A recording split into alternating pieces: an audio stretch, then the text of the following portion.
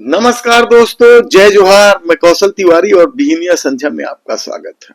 आज हम बात कर रहे हैं उन शक्तिशाली हाथों का जिनके पास प्रभावशाली विभाग है, जिनके पास जिले की कमान है, जिनके पास पद की ताकत है, रुतबा है। क्या ऐसे लोग इन दिनों रेंटल किंग बन गए हैं और सरकार उनका कुछ नहीं बिगाड़ पा रही है?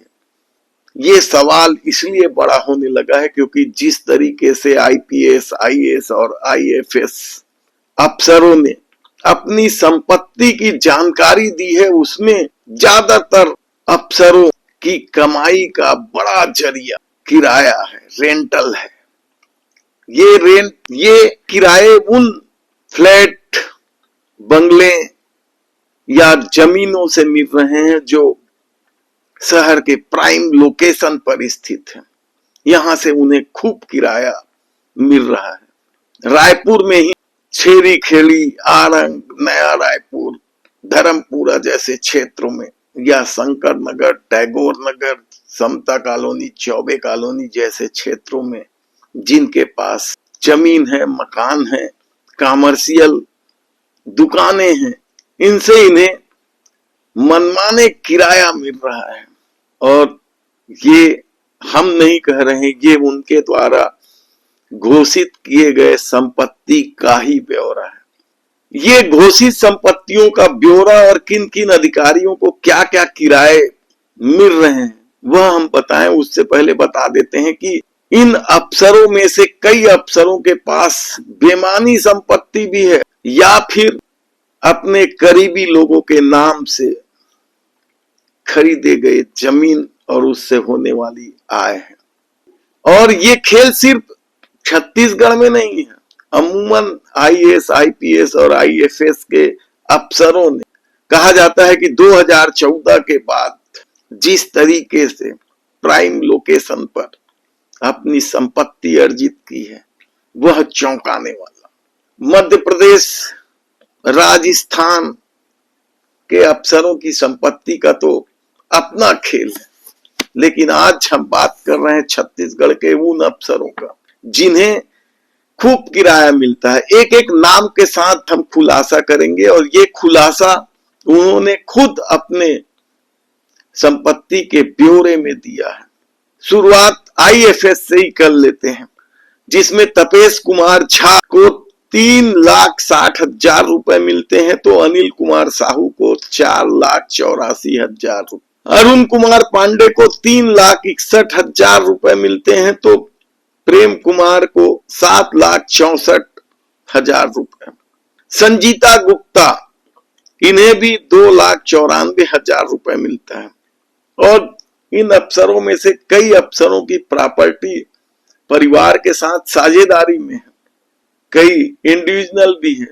और हमने आईएफएस के नाम इसलिए पहले लिए क्योंकि जो खबरें सामने आ रही है, जो आंकड़े चीख चीख कर कह रहे हैं, उसके मुताबिक तो आईएफएस अफसरों, आईएएस और आईपीएस अफसरों को भी पीछे छोड़ दिया। हालांकि संपत्ति को लेकर अब तक आईएएस और आईपीएस के बीच ही कंपटीशन चलता था, लेकिन आईएफएस ने बाजी मान ली है, आईएएस आईपीएस को पीछे छोड़ दिया। तब आईपीएस अफसरों के जो नाम है उसमें सबसे चर्चित नाम, जिन्हें ईडी ने कोयला घोटाले में भी पूछताछ की थी, दीपांशु खाबरा। इन्हें 18 लाख रुपए मिलते हैं किराए से।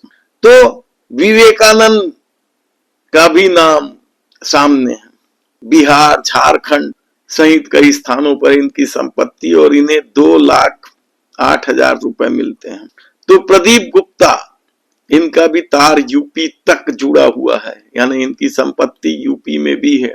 इन्हें 3,60,000 रुपए मिलता है। तो पवन देव को 1,74,000, अरुण देव गौतम को 1,90,000 रुपए।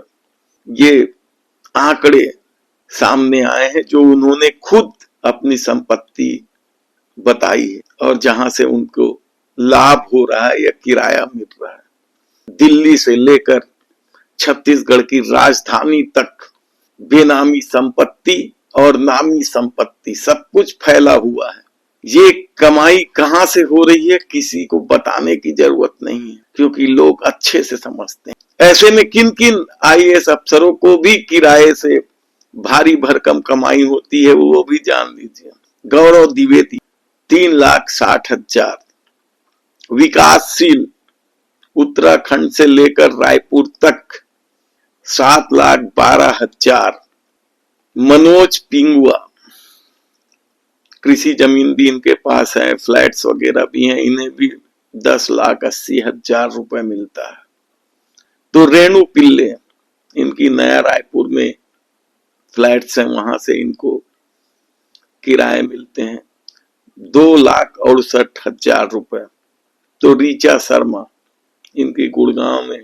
तब ऐसे में सवाल यह भी उठता है कि यदि क्या इन संपत्तियों का वास्तव में इतना किराया मिल रहा है, ये बड़ा सवाल है। लेकिन इन सवालों को ढूंढने जब हमारी टीम पहुंची तो पता चला कि अधिकांश लोगों ने अपने प्रभाव का इस्तेमाल करके बड़ी बड़ी कंपनियों को, कारपोरेट घराने के लोगों को अपनी संपत्ति किराए से दी हुई है, जहां से उन्हें भरपूर किराया मिलता है। मॉल श्री को लेकर तो कई तरह की चर्चा है। एक जमाने में तो मॉल श्री छत्तीसगढ़ के कई कारपोरेट घरानों के रेस्ट हाउस हुआ करते थे। बड़ी बड़ी कंपनियां थी जो किराया दे रही थी इन प्रभावशाली अफसरों को। मॉल श्री बिहार का मामला ये, इस पर हमने विस्तार से पहले रिपोर्ट प्रकाशित कर चुके हैं कि किन किन अफसरों ने किन किन बड़ी कंपनियों को अपने बंगलों को रेस्ट हाउस में तब्दील करवा दिया है और मनमाने किराया वसूल रहे हैं। तब ऐसे में देखना है कि रेंटल किंग के रूप में चर्चित होने लगे अफसरों का क्या खेल होता है, सरकार किस तरीके से इन पर कार्रवाई करती है। तब सवाल ये है कि रेंटल किंग बन रहे इन अफसरों को लेकर अब सरकार क्या सोचती है, क्या कोई नया कानून लाना पड़ेगा या फिर अपने प्रभाव के दम पर अफसर अपनी काली कमाई को छुपाने के लिए किराए के पैसे का सहारा लेते रहेंगे। हमारा इस मुद्दे पर पैनी नजर है, हम आपको पल पल की जानकारी देते रहेंगे। यदि आपने हमारे चैनल को सब्सक्राइब नहीं किया है तो प्लीज सब्सक्राइब कर लीजिए, बेल आइकन का बटन दबा दीजिए। धन्यवाद।